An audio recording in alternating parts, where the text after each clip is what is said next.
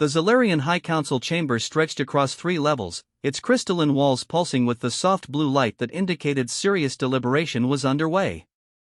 Admiral Kethvar stood at the center of the massive room, his forearms clasped behind his back as he studied the holographic display floating before him.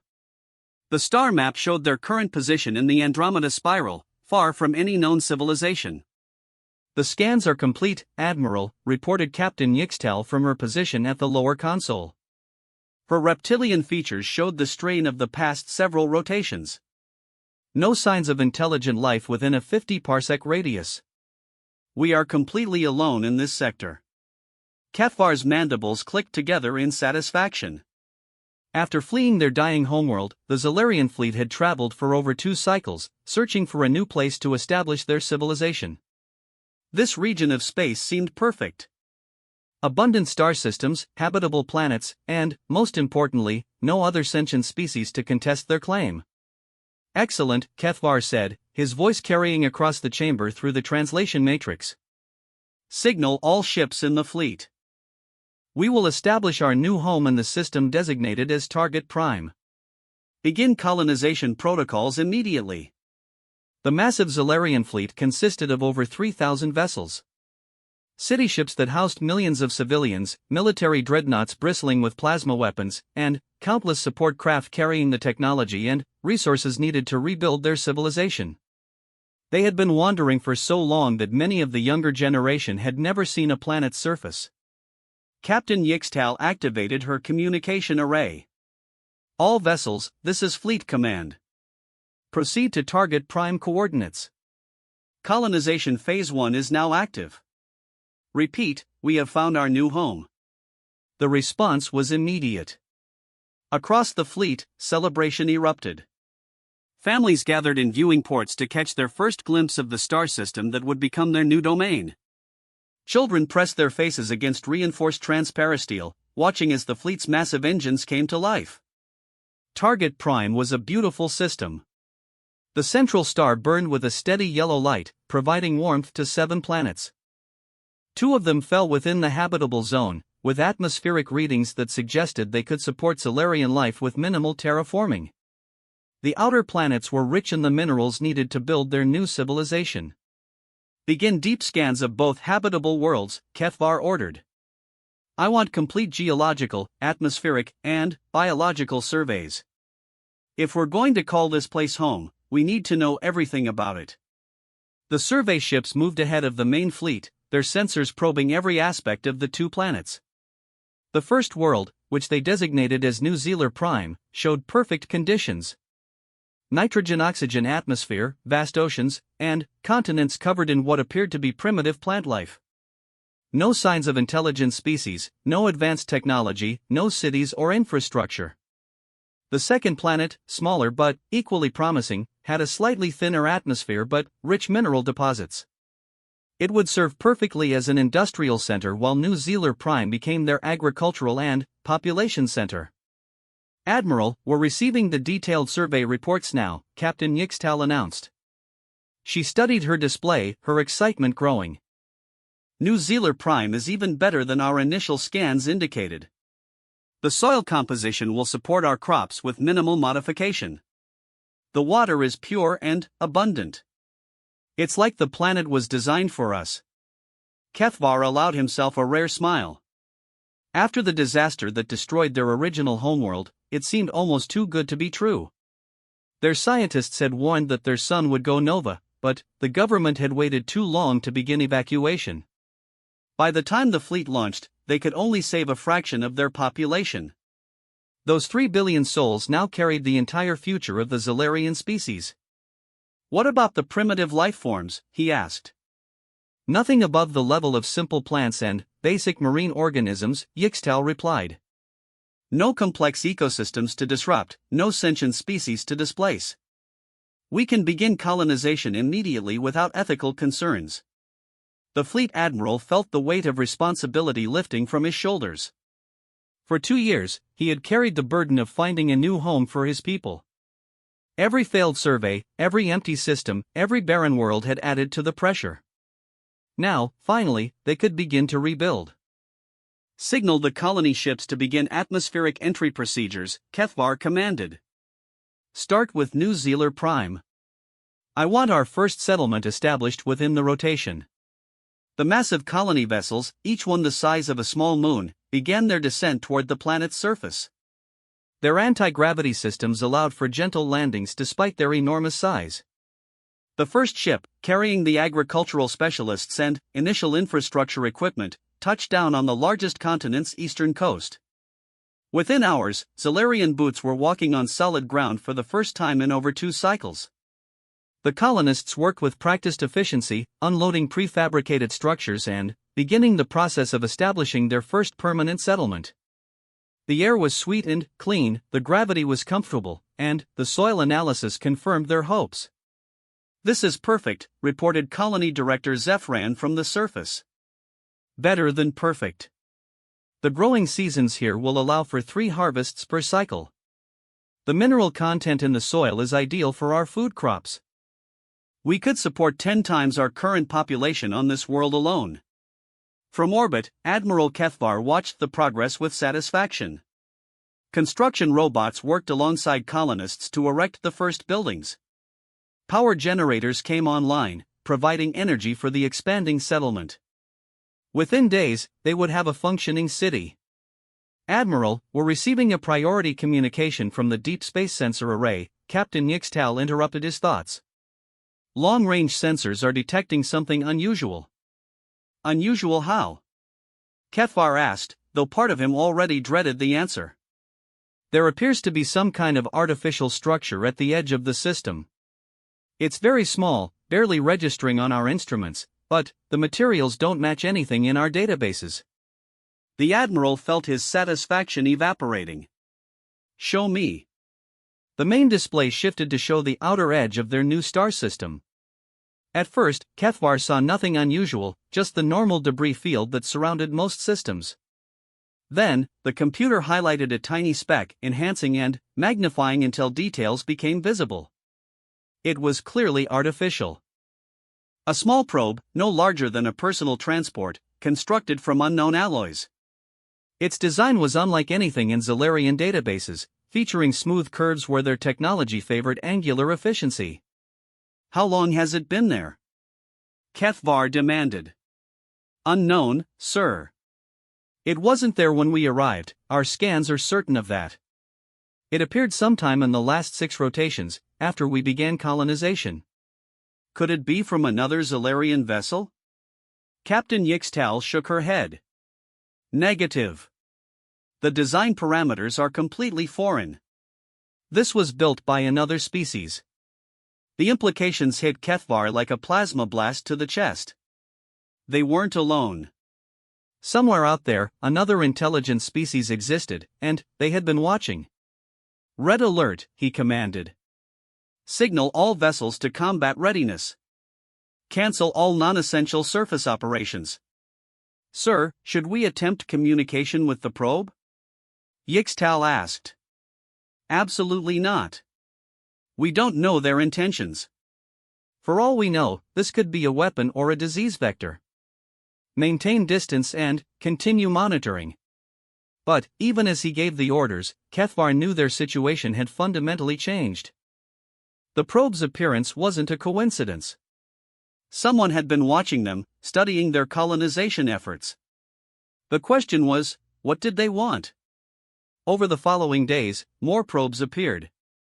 They maintained perfect distance, never approaching close enough for detailed scans but clearly observing everything the Zalarians did. Each probe was slightly different, suggesting they were gathering specific types of information. "They're mapping our defensive positions," reported Defense Coordinator Mexlon during the daily briefing. "The probe locations correspond perfectly with optimal surveillance points for our fleet deployment." "What about our surface installations?" Kethvar asked. "Also being monitored." "They have at least one probe position to observe each of our major settlements." The Admiral studied the tactical display. Red dots marked the positions of 17 confirmed probes, with several more suspected contacts that appeared and disappeared too quickly for confirmation. Whoever was watching them was thorough and professional. Any attempts at communication from their side? None, sir. They seemed content to observe. That worried Kethvar more than open hostility would have. Enemies who wanted to fight were predictable. Enemies who watched and waited were planning something. Double the patrol schedules, he ordered. I want every approach route monitored. If more ships are coming, I want advance warning. Sir, Captain Yixtal spoke up from her station. We're receiving reports from Colony 7 on the southern continent. They've detected ground-based surveillance. Kethvar's blood ran cold. Ground-based? Explain. Small autonomous units, similar to the space probes but designed for planetary operation. They're maintaining distance from our settlements but clearly monitoring our activities. The situation was escalating. First space surveillance, now ground reconnaissance. Whoever these mysterious observers were, they were building a comprehensive intelligence picture of Zolarian capabilities and deployments. Recall all non-essential personnel to the fleet, Kethvar commanded. Reduce our surface footprint to military necessities only. Admiral, that will set back colonization by several cycles, protested Colony Director Zephran over the communication link. Better delayed colonization than extinct colonization, Kethvar replied grimly. As the Zolarian fleet pulled back into defensive formation, the mysterious probes adjusted their positions accordingly. They maintained perfect surveillance coverage while staying just beyond effective weapons range. It was a professional operation that spoke of advanced technology and tactical sophistication. Sir, Captain Yixtal called out, her voice tight with concern. Long-range sensors are detecting multiple contacts at the edge of sensor range. Large contacts. Admiral Kethvar felt the last of his hopes crumble. They had found what they thought was an empty star system, perfect for rebuilding their civilization. Instead, they had walked into someone else's territory, and now the owners were coming to investigate. How many contacts? At least 50 confirmed, possibly more. They're maintaining formation and moving at approximately 0.7 light speed. Time to intercept? At current speed, approximately 18 standard hours. Kethvar closed his eyes and tried to think. His fleet was powerful, but they were refugees, not conquerors. Their ships carried civilians, not warriors. Their goal was to build a new home, not fight a war. But, if these unknown aliens intended to prevent them from settling here, they might not have a choice. Signal all ships, he said finally. Prepare for possible contact with hostile forces. All civilian vessels are to move to the rear of the formation. Military vessels will form a defensive screen. Sir, should we attempt to withdraw from the system? Kethvar looked at the tactical display showing their partially established colonies. Millions of his people had already invested their hopes and efforts in making this world their home. The fleet's fuel reserves were nearly exhausted after their long journey. They could run, but where would they go? No, he said firmly. We're staying. This is our home now. If they want it, they'll have to take it from us. The bridge fell silent as everyone absorbed the implications. After fleeing the destruction of their original world, the Zolarians had hoped to find peace. Instead, they faced the possibility of fighting for their very survival against an unknown enemy with superior technology and numerical advantage. As the mysterious fleet approached, Admiral Kethvar could only hope that his people's courage would be enough to secure their future. They had come too far and sacrificed too much to give up now. Whatever these aliens wanted, whatever their intentions, the Zolarians would stand their ground. The peaceful star system that had seemed like a gift from the heavens now felt like a trap. And, somewhere in the darkness between the stars, an unknown force was coming to spring it. Captain Sarah Chen stood on the bridge of the UES Endeavour, watching the real-time displays as her fleet approached the target system. The massive dreadnought was humanity's newest and most advanced warship, bristling with weapons that could crack planets and shields that could withstand stellar radiation. Around her, 49 other vessels maintained perfect formation, their crews ready for whatever they might encounter. Contact report, Commander Hayes, Chun ordered, settling into her command chair. Commander James Hayes, her tactical officer, consulted his displays with practiced efficiency. Confirmed alien presence in system designate Alpha 7. Approximately 3,000 vessels of unknown configuration. They've established preliminary colonial infrastructure on the second planet. Any response to our surveillance drones? They've detected our reconnaissance units and pulled back into defensive formation. No attempts at communication, but they're clearly preparing for potential conflict. Chen nodded thoughtfully.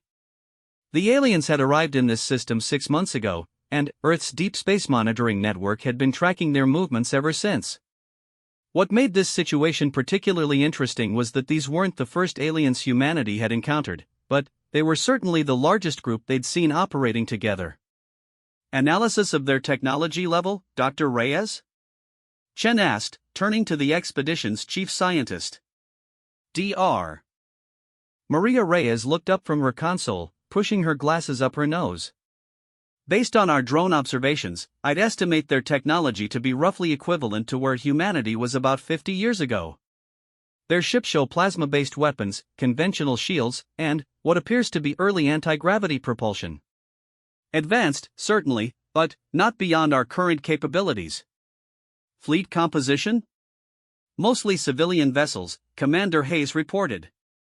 Large colony ships, transports, support craft. Maybe 10% actual military vessels. This looks like a refugee fleet, Captain, not an invasion force. Chen considered this information carefully. In the 3 years since humanity had achieved practical faster-than-light travel, they'd encountered 7 different alien species. The first contact protocols developed by the United Earth Space Command were comprehensive, but every situation was unique. What's the tactical situation if they decide to fight? Hayes ran the numbers through his combat computer. We have significant technological advantages in weapons, shields, and maneuverability. Their numbers advantage wouldn't be decisive given the civilian nature of most of their fleet. However, engagement would likely result in massive casualties on their side. Which is exactly what we want to avoid, Chen said firmly. Our mission is peaceful contact and assessment, not conquest. Dr. Reyes, what do we know about their biology? The drones managed to capture some interesting data during their surface surveillance, Dr. Reyes replied. The aliens appear to be silicon-based, with 4 arms and external skeletal structure. They're roughly humanoid in general body plan but clearly evolved independently. Their cities show they prefer communal living arrangements and seem to have a highly organized social structure. Any signs of aggressive expansion or territorial behavior? None observed, Captain. Their colonization efforts appear focused on survival and rebuilding rather than conquest. They're terraforming carefully, showing consideration for existing ecosystems. This really does look like a refugee population seeking a new home. Chen made her decision. Signal the fleet. We'll proceed with Contact Protocol 7. Non-threatening approach, all weapons powered down to standby, shields at minimum. I want them to see we're not here to fight.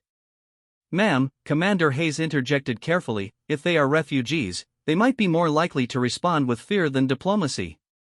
Cornered animals and all that. Which is why we're going to give them plenty of space and time to think, Chen replied. They've been watching our drones for days. They know we could have attacked already if that was our intention.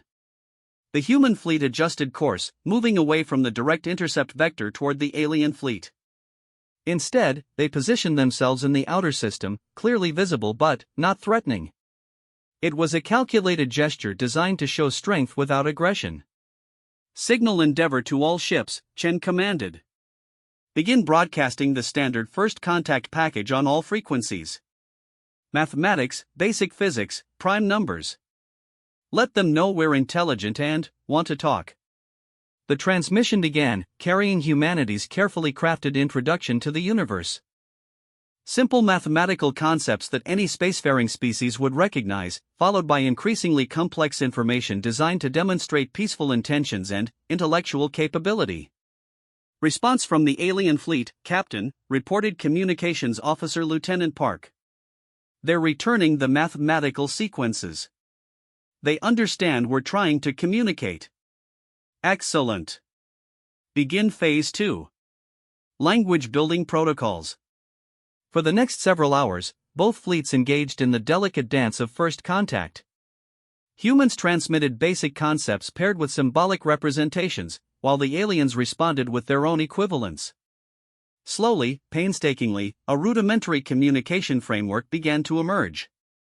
"Captain, we're receiving what appears to be a formal communication attempt," Lieutenant Park announced. "They're using the language framework we've established. Put it through translation protocols and let me hear it." The alien voice that emerged from the speakers was mechanical and stilted, filtered through multiple layers of translation software, but the meaning was clear enough: unknown vessels. "You enter our territory. State purpose." Chen smiled. Direct and to the point. She could work with that. "Lieutenant Park, transmit my response using the same protocols." She spoke slowly and clearly, knowing that every word would be processed through linguistic algorithms before being converted into alien concepts. "Alien vessels. We are humans from planet Earth. We come in peace. We observed your arrival and wish to communicate." The response came more quickly this time. "Humans. You watch us. Why you not attack?" "Because we don't want to fight," Chen replied. "We want to understand. Are you refugees? Do you need assistance?" A long pause followed. Chen imagined heated debates taking place aboard the alien command vessel. Finally, a new voice came through the channel, speaking with more authority than the first. "Humans. I am Admiral Kethvar of Zalarian Fleet. We are refugees from destroyed homeworld. We seek new home in peace. Will you attack us?" Chen felt a mix of relief and sadness. Relief that these aliens weren't hostile invaders, and sadness for the tragedy that had forced them from their home. "Admiral Kethvar, I am Captain Sarah Chen of the United Earth Space Fleet. We will not attack you. We would like to meet in person to discuss your situation." "Meet in person dangerous. How we trust?" "Because we could have destroyed your fleet already if we wanted to," Chen replied bluntly. "Our weapons could have reached you before you knew we were here. Instead, we announced ourselves and asked to talk." Another long pause. "Then, you speak truth. We agree to meeting. Neutral location." Dr. Reyes looked up from her console. "Captain, I'm detecting a small vessel separating from their main fleet. Single occupant, minimal weapons. It's moving to a position equidistant between our forces. They want to meet halfway," Chen realized. "Commander Hayes, prep shuttle Bay 2. I want a diplomatic shuttle ready in 10 minutes. "Captain, regulations require a full security detail for first contact situations," Hayes protested. "And I'll have one. Dr. Reyes, you're with me. Commander Hayes, you have the bridge. If something goes wrong, do not engage unless directly fired upon." The human shuttle launched 20 minutes later, a sleek craft designed for both diplomacy and survival. As it approached the meeting point, the alien vessel became visible, an angular ship that looked more functional than beautiful, but clearly advanced. Visual contact with the alien representative, Dr. Reyes reported from her console. "It's definitely the same species our drones observed. For arms, external skeletal structure, but it's wearing some kind of environmental suit." The two shuttles met in the empty space between the fleets, both species taking their first close look at the other. The alien vessel was smaller than the human shuttle but appeared heavily armored. Whatever species built it clearly prioritized protection over comfort. "Establishing communications link," Chen announced. The translation protocols they developed worked much better at close range, producing nearly real-time conversation capabilities. "Captain Chen," came Admiral Kethvar's voice, clearer now through the improved connection. "I must admit, this is not what I expected when our scouts reported your presence." "What did you expect, Admiral? Death? Conquest? Slavery?" "In our experience, when a powerful species encounters a weaker one, the outcome is rarely pleasant for the weaker. Chen felt a chill at the casual way the alien spoke about such horrors. Has that been your experience with other species? The species that destroyed our homeworld claimed they needed our system for strategic purposes. They gave us 30 days to evacuate 3 billion souls. We managed to save perhaps 1 billion. The rest died when our sun was artificially triggered to go nova. The humans were stunned into silence. The casual mention of genocide on such a massive scale was beyond anything Earth had experienced. Dr. Reyes was the first to find her voice. Admiral, I'm deeply sorry for your loss. What species did this to you? They called themselves the hegemony. Powerful, ruthless, expanding constantly. They view other species as either useful slaves or obstacles to be eliminated.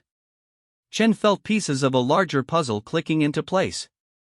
Admiral, how many species has the hegemony conquered? Hundreds, perhaps thousands.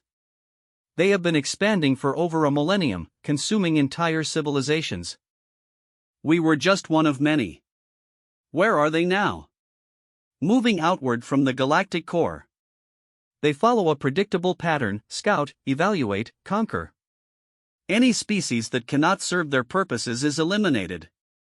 Dr. Reyes exchanged a meaningful look with Captain Chen. If these hegemony aliens were as powerful and aggressive as described, Earth needed to know about them immediately. Admiral, would you be willing to share information about the hegemony with our government? Earth needs to know about this threat. Earth? Kethvar asked. Your homeworld still exists? Yes. Heavily defended, but safe. We've been expanding slowly, making contact with peaceful species. Then, you are fortunate. Cherish what you have, Captain Chen. We learned too late how precious a true home can be. Chen made a decision that would have far-reaching consequences for both species. Admiral Kethvar, what if we could offer you protection? Earth has advanced military technology and strong defensive capabilities. We could work together against the hegemony threat. The alien was quiet for a long moment. When he spoke again, his voice carried a mixture of hope and disbelief. You would do this? Offer protection to strangers? The enemy of my enemy is my friend, Chen replied. Besides, genocide is wrong, no matter who commits it. If this hegemony threatens innocent species, they threaten us all. Captain, I must consult with my council. This is beyond my authority to decide alone. Of course. Take all the time you need. In the meantime, do your people need any immediate assistance? Medical supplies, food, raw materials? Yes, actually. Our medical supplies are running low, and several of our agricultural ships were damaged during our escape. But why would you help us? Because it's the right thing to do, Chen said simply.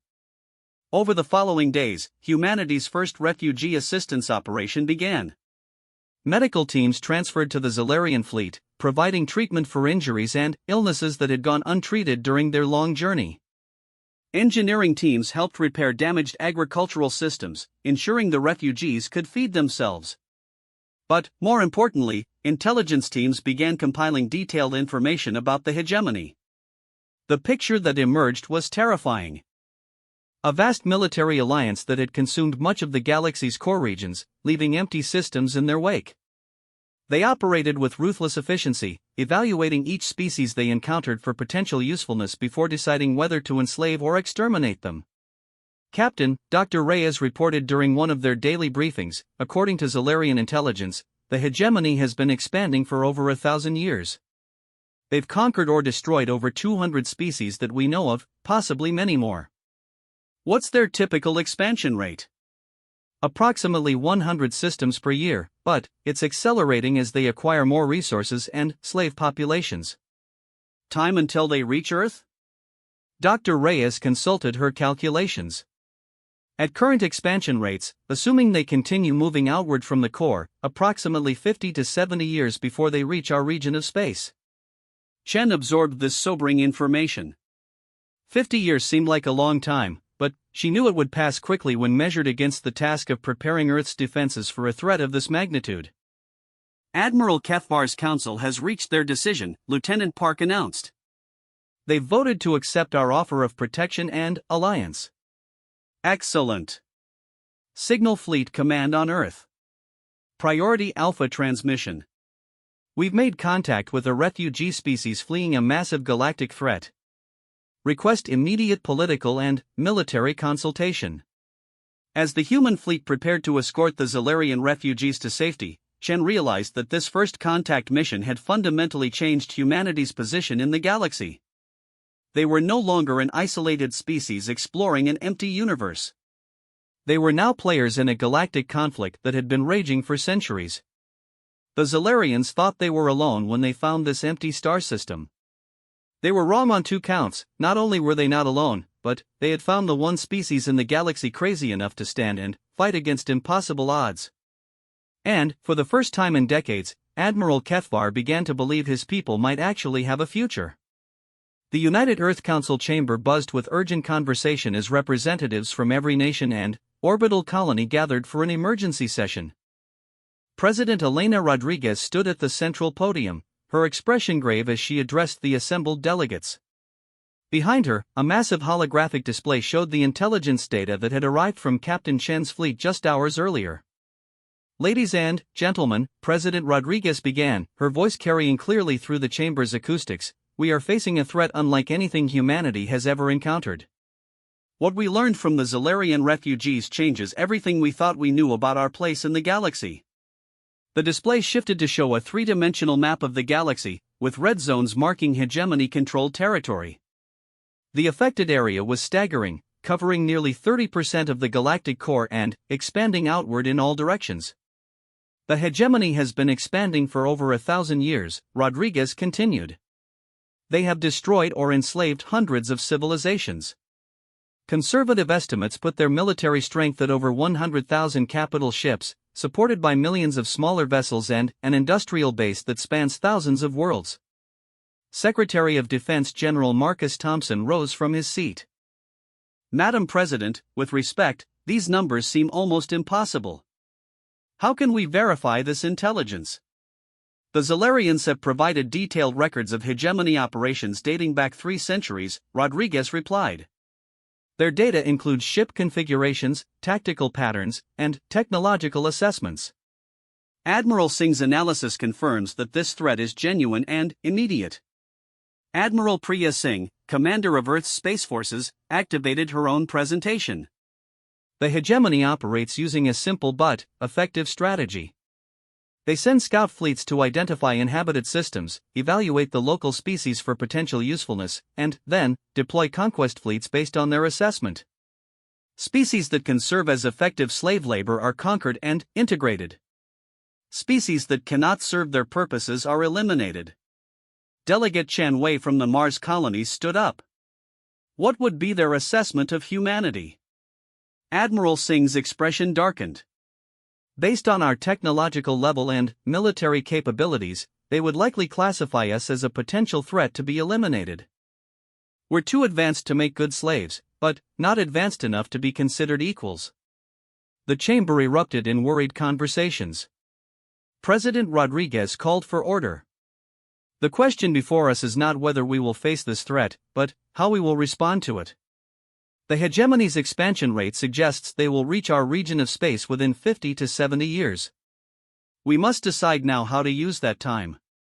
Dr. Sarah Kim, Earth's chief scientist, stood at her designated station. Madam President, I've been reviewing the technological data provided by the Zalarians. The good news is that our current military technology appears to be significantly more advanced than typical hegemony equipment. Our weapons, shields, and propulsion systems all show marked superiority. What's the bad news? Asked Delegate Okafor from the African Federation. The bad news is that superior technology has never been enough to overcome overwhelming numerical disadvantage. The hegemony can afford to lose 10 ships for every one of ours and still win through attrition. General Thompson activated his tactical display. I've been running wargame simulations based on the available data. Even with our technological advantages, Earth's current fleet strength of 200 capital ships and support vessels would be completely overwhelmed by a full hegemony assault force. What would we need to have a reasonable chance of success? Rodriguez asked. Minimum force requirement would be approximately 5,000 capital ships with proportional support fleets. That's 25 times our current strength. The magnitude of the challenge sent a chill through the chamber. Building such a fleet would require unprecedented expansion of Earth's industrial capacity and a complete reorganization of human civilization around military preparation. There is another factor to consider, Admiral Singh added. The Zalarian refugees represent approximately 1 billion individuals with advanced knowledge of hegemony tactics and technology. They're offering to share everything they know in exchange for our protection. Delegate Petrov from the Russian Federation leaned forward. What kind of knowledge are we talking about? Complete technical specifications for hegemony weapons and defensive systems, tactical manuals describing their standard operating procedures, and detailed intelligence on their command structure and decision-making processes. The Zalarians were part of an intelligence-sharing network among threatened species before their homeworld was destroyed. President Rodriguez felt the weight of the moment. The decision they made here would determine not just Earth's future, but possibly the survival of free civilization in this region of the galaxy. I'm calling for a formal vote, she announced. The measure before us is the Emergency Defense Authorization. If passed, it will mobilize Earth's entire industrial capacity for military expansion, establish formal alliance with the Zalarian refugees, and begin immediate preparation for large-scale interstellar warfare. The vote was closer than expected, but the measure passed with a narrow majority. Within hours, the most ambitious military buildup in human history was underway. Admiral Kethvar stood in the observation deck of the human space station designated Haven 1, watching as construction began on facilities that would house his people while they contributed to Earth's defense preparations. The station was massive, easily capable of supporting the entire Zalarian refugee population while they shared their knowledge with human scientists and military planners. Your species continues to amaze me, Kethvar said to Captain Chen, who had joined him at the viewing port. When we first arrived at that system, we expected to be driven away or destroyed. Instead, you offer us not just safety, but partnership. You're refugees seeking shelter from genocide, Chen replied. Helping you isn't just morally right, it's strategically smart. Together, we have a chance against the hegemony. Alone, we'd both eventually fall. The Zalarian Council has voted to share our complete archives with your government, Kethvar announced. Every technical specification, every tactical analysis, every piece of intelligence we possess. It is the least we can do to repay your kindness. That intelligence could save both our species, Chen acknowledged. But, I have to ask, why didn't other species band together against the hegemony? Surely you weren't the first to try. Kethvar's mandibles clicked sadly. Many tried. The Corvani Alliance united 17 species and fought for over a century before being overwhelmed. The Tristar Confederation lasted even longer. But the hegemony learned from each conflict, adapting their tactics and growing stronger. What made them fail where we might succeed? Coordination, Kethvar replied without hesitation. The Alliance species could never fully integrate their technologies or standardize their tactics. Each species insisted on maintaining their traditional fighting methods. The hegemony exploited those differences. Chen nodded thoughtfully. That won't be a problem for us. Earth's military has been developing integrated command structures for decades. We know how to work as a unified force. Over the following months, the largest technology transfer in galactic history took place. Zalarian scientists worked alongside human engineers to develop new weapon systems that combined the best of both species' innovations. Zalarian tactical specialists trained human officers in the strategies that had proven most effective against hegemony forces, even in defeat. Dr. Maria Reyes found herself working 18-hour days in the Joint Research Facility, struggling to understand alien technologies that operated on completely different principles from human science. The Zalarian plasma weapons are incredibly efficient, she reported during one of the daily briefings. Their energy-to-damage ratio is nearly 40% better than our current laser systems. But our magnetic bottle technology can contain their plasma at much higher densities than they thought possible. What does that mean in practical terms? Asked Admiral Singh. It means we can build plasma weapons with twice the range and 3 times the damage output of anything the hegemony has encountered before. Similar breakthroughs were occurring across multiple research teams. Human computational technology, far more advanced than anything the Zolarians had developed, allowed for real-time tactical analysis that could predict and counter hegemony battle strategies. Zolarian materials science, refined through centuries of resource scarcity, produced armor composites that were both lighter and stronger than human alternatives. But the most significant development came from an unexpected source. Dr. James Peterson, a quantum physicist working on faster-than-light communication systems, made a discovery that would change the nature of interstellar warfare. The hegemony uses quantum entanglement for instantaneous communication across their empire, Peterson announced excitedly. But they use a single, empire-wide quantum frequency. If we can identify that frequency, we can tap into their entire communication network. The implications were staggering. Real-time intelligence on hegemony fleet movements, advance warning of planned attacks, and the ability to coordinate defensive efforts across multiple star systems simultaneously. How long to develop this capability? Admiral Singh asked. 6 months for a prototype, another year for full deployment, Peterson replied. Make it happen. While human scientists worked to understand Zolarian technology, human industrial capacity expanded at an unprecedented rate. New shipyards came online every month, automated manufacturing facilities produced components around the clock, and mining operations in the asteroid belt quadrupled their output to feed the growing fleet construction program. The first of the new generation warships, designated the Defender class, rolled out of the shipyards 18 months after the Zolarian alliance was formed. These vessels incorporated the best of both species' technologies, human computational systems, Zolarian weapons, combined propulsion technologies, and armor that could withstand attacks that would vaporize older ships. Captain Chen stood on the bridge of the UES Defiant, the lead ship of the new class, as it conducted its shakedown cruise. The difference in capability was immediately apparent. The ship's weapons could engage targets at 3 times the range of older vessels, its shields could absorb damage that would have been instantly fatal before, and its sensors could detect and track threats across an entire star system. Initial test results are extremely promising, reported her tactical officer. All systems functioning within expected parameters. This ship could probably take on 5 hegemony vessels simultaneously. Let's hope we never have to find out, Chen replied. But, privately, she felt a surge of confidence. For the first time since learning about the hegemony threat, humanity seemed to have a real chance of survival. The alliance between humans and Zolarians deepened as both species worked toward their common goal. Joint training exercises became routine, with human crews learning Zolarian tactics while Zolarian officers adapted to human command structures.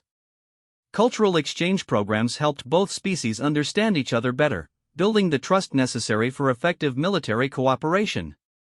Admiral Kethvar found himself working more closely with human military planners than he ever had with his own species' allies. The humans approached warfare with a combination of technological innovation and tactical flexibility that impressed him. They were quick to adopt Zolarian strategies when they proved effective, but equally quick to discard them when human methods worked better. "Your species has a gift for adaptation," he told Admiral Singh during one of their planning sessions. "Most species become set in their ways, unwilling to change traditional methods even when faced with new threats. Humans seem to thrive on constant innovation." "We've had to," Singh replied. "Human history is full of conflicts where technological or tactical innovation determined the outcome. We learned long ago that the species that adapts fastest survives longest." As the second year of the alliance progressed, intelligence reports began arriving that confirmed their worst fears. Hegemony scout fleets had been detected in systems less than 30 light-years from Earth. The enemy was ahead of schedule, moving faster than their historical expansion rate suggested. "We're running out of time," President Rodriguez announced during an emergency council session. "Latest intelligence suggests the hegemony will reach our region within 20 years, not 50. Admiral Singh consulted her fleet status reports. "Current production schedules will give us approximately 1,000 capital ships by that time. Still far short of what we need for a defensive victory. Then, we need to change our strategy, General Thompson suggested. Instead of waiting for them to come to us, we take the fight to them. The room fell silent as the implications of his suggestion sank in. Offensive operations against the hegemony would mean leaving Earth's defenses behind and engaging the enemy in their own territory. It was an enormous risk, but it might be their only chance to prevent a full-scale invasion. What kind of offensive capability would we need? Rodriguez asked. Fast strike forces capable of hitting hegemony supply lines and staging areas, Thompson replied. We can't match their numbers in direct confrontation, but we might be able to disrupt their operations enough to buy more time for fleet construction. Admiral Kethvar spoke up from his position at the Alien Advisory Panel. The hegemony's logistics network is their greatest vulnerability. They operate across such vast distances that supply disruption can cripple entire sectors. But it would require precise intelligence and perfect timing. Do we have that kind of intelligence capability? Dr. Peterson smiled from his position at the Science Advisory Station. Actually, we do. The Quantum Communication Intercept System is operational. We're already monitoring hegemony fleet movements across a 50 light-year radius. The pieces of a new strategy began to fall into place. Instead of purely defensive preparations, Earth would begin offensive operations designed to slow hegemony expansion and gather intelligence for the coming larger conflict. Admiral Singh felt a mixture of excitement and terror as she contemplated the challenges ahead. Humanity was about to go to war against an enemy that had never been defeated, using strategies that had never been tested, with technologies that had never been proven in combat. But, for the first time since the alliance began, she believed they actually had a chance to win. Commander Elena Vasquez crouched behind the twisted remains of what had once been a hegemony command bunker, her tactical display showing enemy positions across the burning landscape of Kepler 442b. The raid on this critical supply world was humanity's first major offensive operation against the hegemony, and it was not going according to plan. Razor 6 to command, she spoke into her helmet communicator, trying to keep her voice steady despite the chaos around her. We've secured the primary objective, but enemy reinforcements are inbound. Request immediate extraction. The response crackled through heavy interference. Command to Razor 6. Extraction delayed. Enemy fleet elements detected in system. Hold your position. Vasquez cursed under her breath. Her team of 30 human and Zalarian Special Operations troops had successfully infiltrated the Hegemony Logistics Center and downloaded critical intelligence, but now they were trapped on a hostile world with enemy forces converging from all directions. "Ma'am," called Sergeant Torres from his position near the bunker entrance, "motion sensors are picking up mechanized units approaching from the east. Looks like at least 2 full battalions. How long until they reach our perimeter?" 15 minutes, maybe less. Vasquez studied her tactical display, calculating options. The intelligence they'd gathered was crucial to Earth's defensive preparations, but it would be worthless if they couldn't get it back to Fleet Command. Her team was outnumbered 50 to 1, facing enemies equipped with technology they'd never encountered before. "All units, fall back to secondary positions," she ordered. "Zalarian tech specialists, how much time do you need to finish the data download?" Senior Technician Yixtal, one of the Zalarian refugees who had volunteered for the mission, looked up from her interface with the captured hegemony computers. "The data transfer is at 70% completion. I need at least 10 more minutes." "You've got 5, Vasquez replied grimly. The sound of approaching vehicles grew louder. Through her enhanced optics, Vasquez could see the first hegemony war machines cresting the ridgeline. They were massive, heavily armored vehicles that moved with surprising speed despite their size. Each one mounted weapons that could level a building with a single shot. "Contact left," shouted Corporal Kim from her sniper position. "Enemy scouts, 300 meters and closing." The firefight erupted across the contested valley. Human pulse rifles fired streams of coherent energy while Zalarian plasma weapons answered with bursts of superheated gas. The enemy returned fire with their own exotic weapons, beams of pure destruction that carved trenches in the rocky landscape. Despite their technological advantages, Vasquez's team was rapidly being overwhelmed. The hegemony forces fought with mechanical precision, coordinating their attacks through some kind of shared battlefield network that allowed them to respond instantly to changing tactical conditions. Razor 6, this is Overwatch, came a new voice over the communications channel. We've got visual on your position. Enemy forces are converging from 3 directions. You're about to be surrounded. High above the planet's surface, Captain Chen watched the battle unfold from the bridge of her stealth reconnaissance ship. The human fleet had withdrawn to the edge of the system when hegemony reinforcements arrived, but she'd remained behind in a cloaked vessel to provide intelligence support for the ground team. How long until the main fleet can return? She asked her tactical officer. Admiral Singh estimates at least 2 hours to clear the hegemony patrol ships, came the reply. The ground team doesn't have that long.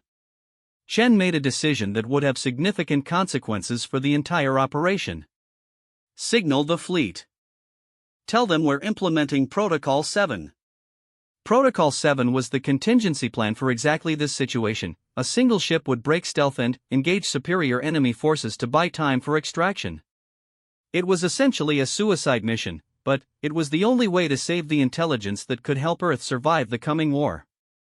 "Ma'am, are you sure about this?" her tactical officer asked. There are at least 12 enemy ships in the system. Commander Vasquez and her team have intelligence that could save millions of lives, Chen replied. 1 ship and 40 crew members is an acceptable loss to secure that information. Back on the planet's surface, the situation was becoming desperate. Hegemony forces had established fire positions on 3 sides of the human defensive perimeter, and their heavy weapons were systematically destroying every piece of cover the raiders could find. Data transfer complete. Yixtal announced triumphantly, disconnecting her interface from the enemy computer system. We have everything. All units, prepare for extraction, Vasquez ordered, but, even as she spoke, she could see enemy forces moving to cut off their escape routes. Suddenly, the sky lit up with weapons fire as Captain Chen's ship dropped out of stealth and engaged the hegemony orbital platforms. The surprise was complete, and several enemy installations were destroyed in the opening salvo, but the response was immediate and overwhelming. Unknown human vessel, this is Hegemony Fleet Commander Zorvok, came a transmission on the standard combat frequency. You are outnumbered and outgunned. Surrender now and your crew will be spared. Chen's response was to target the enemy flagship with her ship's most powerful weapons. The human vessel's advanced shielding absorbed the return fire while its quantum torpedoes punched through enemy defenses that had been designed to stop conventional weapons. The orbital battle raged for nearly an hour, with Chen's ship dancing between enemy vessels like a fighter among bombers. The human captain used every trick in the manual, exploiting the superior maneuverability of her vessel to avoid concentrated fire while striking at critical targets. But even advanced technology had its limits. Eventually, the accumulated damage began to tell, and Chen's ship started losing systems one by one. "Ma'am, we've lost main engines and shield generators are failing," her tactical officer reported. "Weapons are down to 30% power." "How long until the extraction shuttle reaches the surface?" Chen asked. 12 minutes. Then, we hold for 12 minutes. On the planet below, Vasquez's team could see the orbital battle raging overhead. Every explosion in the sky was a reminder that someone was dying to give them a chance to escape. The intelligence they carried had better be worth the sacrifice being made for it. "Extraction shuttle is 2 minutes out," announced her communications specialist. "Landing zone is clear, but we need to move now." The human and Zalarian troops fought their way across a kilometer of contested ground, using every piece of terrain for cover as enemy forces tried to prevent their escape. The withdrawal was a masterpiece of small unit tactics, with covering fire and movement coordination that kept casualties to a minimum despite overwhelming odds. As the extraction shuttle touched down, Vasquez was the last one aboard, providing covering fire until her entire team was safely away from the surface. The shuttle's pilot, an experienced Navy veteran named Lieutenant Commander Hayes, pushed the small craft to its limits as they climbed away from the planet. "Razor 6 to Overwatch," Vasquez transmitted. "Ground team is clear. We have the package. Captain Chen's response was weak and distorted. Overwatch to Razor 6. Good hunting. Tell Admiral Singh the intelligence is worth the cost. Those were the last words anyone heard from Chen's ship. The explosion that marked its destruction lit up the night sky of 3 planets. Admiral Singh received the intelligence data 18 hours later, after the extraction shuttle had rendezvoused with the main fleet. As she studied the information that had cost Captain Chen and her crew their lives, she began to understand why the sacrifice had been necessary. "This changes everything," she announced to the assembled fleet commanders. The hegemony isn't just a military threat. They're facing internal problems that could give us strategic advantages we never imagined. The captured data revealed extensive details about hegemony, internal politics, logistics networks, and, most importantly, growing resistance movements among their slave populations. Several species had begun coordinated rebellion attempts, and the hegemony military was being forced to deploy significant forces to maintain internal security. "Look at these troop deployment schedules," General Thompson pointed out during the intelligence briefing. "They're pulling frontline units back to deal with slave revolts. Their expansion forces are operating at 60% of normal strength." Dr. Reyes studied the technical specifications that had been downloaded from the hegemony computers. "Their technology is more vulnerable than we thought. These ships were designed to fight conventional enemies, not opponents who understand their weaknesses." Admiral Kethvar leaned forward at his position on the Planning Council. "The hegemony has always maintained control through overwhelming force and the threat of extinction. If their slave populations believe they have a chance of freedom, the entire empire could destabilize." "What are you suggesting?" Singh asked. "That we don't just defend against them. We actively support the liberation movements. Give the slave species the tools they need to free themselves." The implications were staggering. Instead of fighting a purely defensive war against an overwhelming enemy, Earth could potentially coordinate a galaxy-wide revolution that would tear the hegemony apart from within. "The risks are enormous," General Thompson warned. "If we're discovered supporting slave revolts, the hegemony might decide that humanity represents an existential threat and deploy their entire fleet against us. They're going to do that anyway once they realize our technological advantages," Singh replied. "At least this way, we might have allies when the time comes." President Rodriguez, participating in the briefing via quantum communication link, weighed the options carefully. The decision they made would determine not just Earth's strategy, but the fate of countless species throughout the galaxy. "I'm authorizing Operation Liberation," she announced finally. "We'll begin covert support for resistance movements throughout hegemony space. But this remains strictly classified. If word leaks out before we're ready, it could trigger the very war we're trying to prevent." Over the following months, human special operations teams began appearing in the most unlikely places throughout hegemony space. They brought advanced weapons, communications equipment, and tactical training to species that had been fighting hopeless battles against their oppressors for generations. The results exceeded everyone's expectations. Within 6 months, organized rebellions erupted in over 200 star systems. Hegemony forces that had been preparing for expansion operations found themselves fighting desperate holding actions against enemies who suddenly possessed weapons and tactics that could challenge their technological supremacy. Commander Vasquez found herself leading increasingly ambitious operations, establishing contact with resistance movements and coordinating multi-species liberation campaigns. The intelligence gathered during that first raid had become the foundation for a strategic revolution that was reshaping the entire galactic balance of power. "The Corvani resistance has secured 3 star systems in Sector 12, she reported during one of her regular briefings to Fleet Command. They're requesting heavy weapons and starship support for an attack on the regional hegemony headquarters."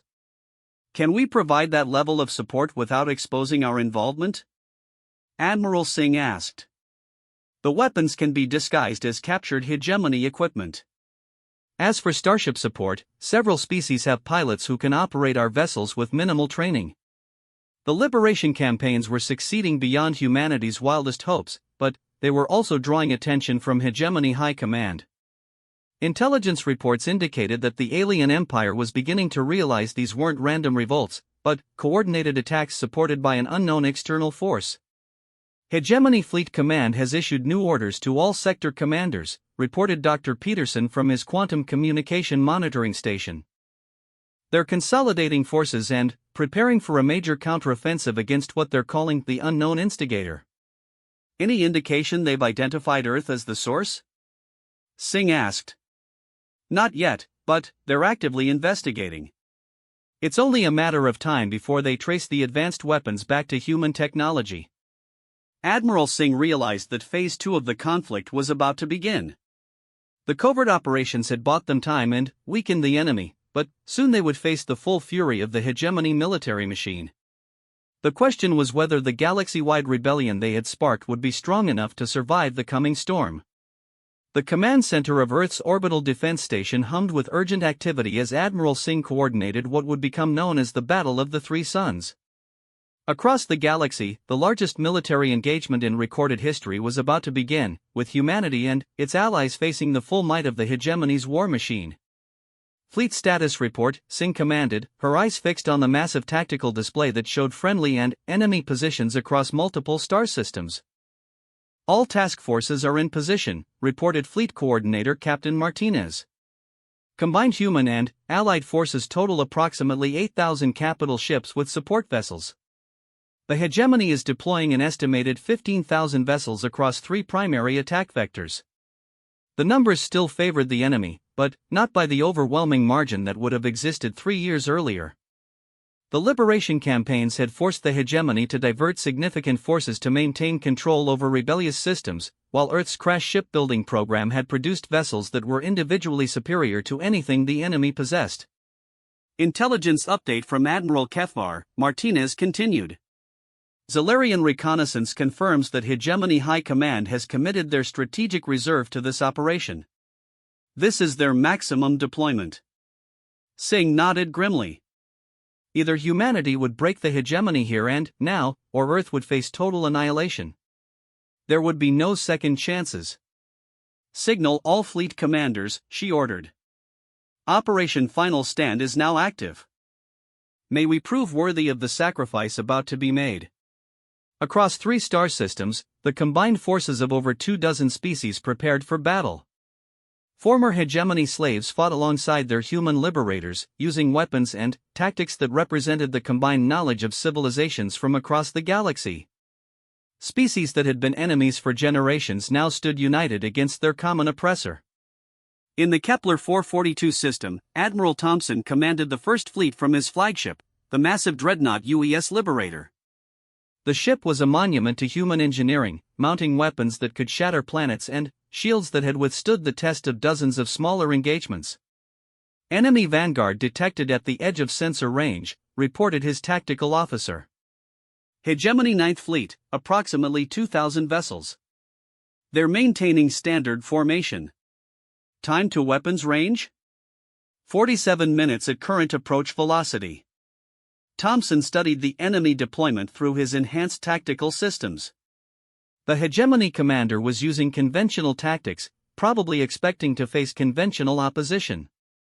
They were about to receive a very unpleasant surprise. Signal the Zalarian wings to begin Phase 1 maneuvers, Thompson ordered. Let's show them what we've learned. The combined human Zalarian fleet executed a coordinated movement that would have been impossible for any force that hadn't trained together for years. Instead of meeting the enemy head-on, they split into multiple formations that attacked from unexpected angles, using their superior speed and maneuverability to engage on their own terms. The opening exchange of fire was devastating for the hegemony forces. Human quantum torpedoes punched through shields that had never encountered such weapons, while Zalarian plasma cannons exploited weak points in enemy armor that conventional weapons couldn't reach. Within minutes, over 300 hegemony vessels had been destroyed or disabled. But the enemy adapted quickly. Hegemony Fleet Command had not conquered hundreds of species by being inflexible, and they began implementing countermeasures that neutralized some of humanity's technological advantages. Enemy forces are modifying their shield frequencies, reported the tactical officer. Our quantum torpedoes are losing effectiveness. Then, we adapt too, Thompson replied calmly. Signal Dr. Reyes. tell her we need the Mark 7 warheads. The Mark 7 quantum torpedoes were humanity's latest development, incorporating Zalarian plasma technology with human quantum manipulation. They had never been tested in combat, but the current situation left no room for caution. The new weapons proved devastatingly effective. Instead of simply overwhelming enemy shields, they created cascading quantum disruptions that caused catastrophic systems failures across entire enemy formations. For the first time in their 1,000-year history, hegemony forces began to retreat from a direct engagement. In the Ross 128 system, Commander Vasquez led a combined force of liberated species against the hegemony Second Fleet. Her task force included Corvani heavy cruisers, former hegemony vessels operated by freed slave crews, and human stealth ships that could strike from beyond enemy sensor range. Enemy formation is maintaining defensive posture, she reported to Admiral Singh via quantum communication. They're not advancing as planned. I think they're waiting for reinforcements. Negative, Singh replied. Intelligence indicates this is their maximum deployment. They're probably trying to draw us into a trap. Vasquez studied her tactical display, noting the way enemy ships were positioned to create overlapping fields of fire that would devastate any force foolish enough to attack directly. But she had learned from years of fighting desperate actions against superior forces. All ships implement Tactic 7-7, she commanded. Show them what freedom fighters can do. Tactic 7-7 was a coordinated assault pattern developed specifically to counter hegemony defensive formations. Instead of attacking the strongest point of enemy defenses, multiple strike teams would hit weak points simultaneously, creating cascading failures that would collapse the entire defensive grid. The battle that followed was a masterpiece of multi-species cooperation. Human stealth ships marked targets for Corvani heavy weapons, while former hegemony vessels used their knowledge of enemy systems to exploit previously unknown vulnerabilities. The coordination was so perfect that enemy forces found themselves unable to respond effectively to attacks coming from directions they hadn't known were possible. Within 3 hours, the hegemony Second Fleet had been completely destroyed, with minimal losses to the liberation forces. It was the most decisive victory in the war to date, and it sent shockwaves through hegemony high command. But the most critical engagement was taking place in the Wolf 359 system, where Admiral Singh personally commanded the defense against the hegemony's main assault force. This was where the war would be won or lost, and both sides knew it. Hegemony First Fleet detected, reported Captain Martinez. 11,000 vessels, including their flagship Emperor's Will. Fleet Command estimates this represents 60% of their total military strength. Singh felt the weight of history pressing down on her shoulders. Every decision she made in the next few hours would determine whether humanity survived to see another century, or joined the hundreds of species that had been exterminated by hegemony forces. All ships, assume formation Delta 9, she commanded. Make them come to us. The human defensive formation was based on lessons learned from studying the tactics of every species that had ever fought the hegemony. Instead of trying to match enemy numbers, it focused on maximizing the effectiveness of each individual ship while creating multiple fallback positions that could continue the fight even if the main line was broken. Enemy fleet is beginning its approach, Martinez reported. They're using standard attack formation beta, just like the Zalarian intelligence predicted. Then, we know exactly how to counter it, Singh replied. Signal all allied forces. Begin Liberation Protocol. The Liberation Protocol was the culmination of 3 years of tactical development. Instead of fighting the hegemony on their terms, it turned their own strengths against them by exploiting the weaknesses created by their rigid command structure and standardized tactics. Human ships equipped with quantum communication interceptors fed real-time enemy command communications to Allied forces, allowing them to anticipate and counter enemy movements before they could be implemented. Meanwhile, advanced computational systems calculated optimal firing solutions that maximize damage while minimizing exposure to return fire. The result was a battle unlike anything the galaxy had ever seen. Hegemony forces, accustomed to overwhelming their enemies through superior numbers and firepower, found themselves constantly outmaneuvered by opponents who seemed to know their every move before they made it. Enemy flagship is taking heavy damage, Martinez reported with barely controlled excitement. Their command structure appears to be breaking down. Singh watched as the massive hegemony dreadnought, symbol of their thousand-year dominance, slowly succumbed to concentrated fire from human and allied vessels. The ship that had overseen the destruction of countless civilizations was finally meeting its match. "All forces, converge on the flagship," Singh ordered. "End this. The final assault on the Emperors will involve over 500 ships from a dozen species, all united in their determination to destroy the symbol of galactic oppression." The massive vessel fought desperately, its weapons carving through the attacking formations, but there were simply too many enemies attacking from too many directions. When the flagship finally exploded, the shockwave was felt across the entire star system. But, more importantly, the psychological impact was devastating for the remaining hegemony forces. For the first time in their history, they faced an enemy that not only could match their technology, but had united the entire galaxy against them. "Hegemony forces are requesting terms for surrender," Martinez announced in amazement. "All remaining fleets are standing down." Admiral Singh felt a mixture of relief and disbelief. After 3 years of desperate preparation and months of brutal fighting, the war was over. But, even more importantly, the galaxy was free. In the aftermath of the battle, representatives from liberated species throughout the galaxy gathered to establish the new Galactic Alliance. Admiral Kefvar, representing the Zalarians, stood beside Admiral Singh as they watched the signing of the founding charter. "Your species has done something remarkable," Kefvar said. "Not just defeating the hegemony, but showing the galaxy that cooperation is stronger than conquest." "We had good teachers," Singh replied, nodding toward her Zalarian friend. "You showed us that survival requires more than just superior weapons. It requires the courage to stand up for what's right, even when the odds seem impossible." The alliance that followed included over 300 species, united in their commitment to preventing another hegemony from arising. Trade networks replaced conquest fleets, scientific cooperation replaced subjugation, and, for the first time in millennia, the galaxy knew peace. Dr. Reyes, now serving as Earth's representative to the Alliance Science Council, often reflected on how much had changed since that day when Captain Chen first encountered the Zalarian refugees. What had started as a simple first contact mission had evolved into a galactic revolution that liberated countless civilizations. The hegemony thought they knew how the galaxy worked, she told her students during a lecture at the Alliance Academy. They believed that superior technology and overwhelming force were the only things that mattered. They never understood that the greatest force in the universe is the determination of free beings to remain free.